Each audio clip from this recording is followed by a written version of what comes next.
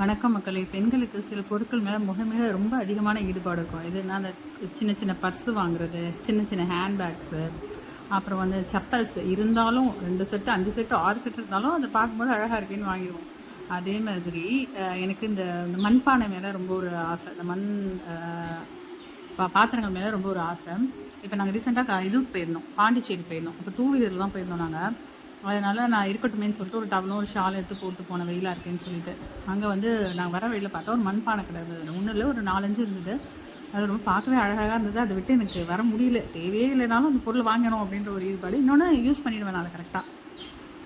இது வந்து ஒரு ஒரு எண்ணெய் சட்டி ஒன்று வாங்கினோம். இங்கே வந்து எங்கள் ஊரில் வந்து அது 300 சொல்லுவாங்க.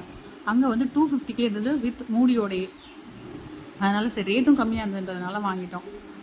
என் கணவரும் ஓகே, மண் பாத்திரம்னா உடனே வாங்கி கொடுத்துருவாங்க, அதனால் வாங்கி கொடுத்துட்டாங்க. இது வந்து 250 ரூபா. அடுத்து வந்து மோர் கலையம். மோர் வந்து நான் எப்போதும் வீட்டில் ஊற்றி வைப்பேன் ஒரு கலையத்தில். அது வந்து கொஞ்சம் இப்போ சின்னதாக இருந்தது. இதுனா கொஞ்சம் ஒரு 1 லிட்டர் கூட பிடிக்கிற மாதிரி இருந்தது. இப்போ அதிகமாக நம்ம மோர் அதிகமாக சேர்த்துக்கிறோம். ஒரு நீர் மோர்லாம் ஆற்றி குடிக்கிறோம் அப்படிங்கிறதுனால சரி, இதில் ஊற்றி வச்சா சீக்கிரம் புளிக்கவும் புளிக்காது இதில் வச்சாக்கா. அதனால் சரின்ட்டு இது ஒன்று வாங்கினோம். இது வந்து 150 ரூபா வந்துச்சு. அடுத்தது வந்து இதுக்கு மேலே எடுத்துகிட்டு வரதுக்கு எனக்கு இடமும் இல்லை. இன்னும் பார்க்க ஆசையாக தான் இருந்துச்சு, எடுத்துகிட்டு வரதுக்கு இடமும் இல்லை பையில். அதுக்கப்புறம் இது என் பையன் வாங்கினான். இது வந்து 25 ரூபாய் 50 ரூபாய் சொன்னாங்க. தண்ணி ஊற்றிட்டு ஊதுனோன்னா அதுமாரி குருவி மாரியே ஒரு சத்தம் வருது அதுலேருந்து. இதுவும் நல்லா இருந்தது.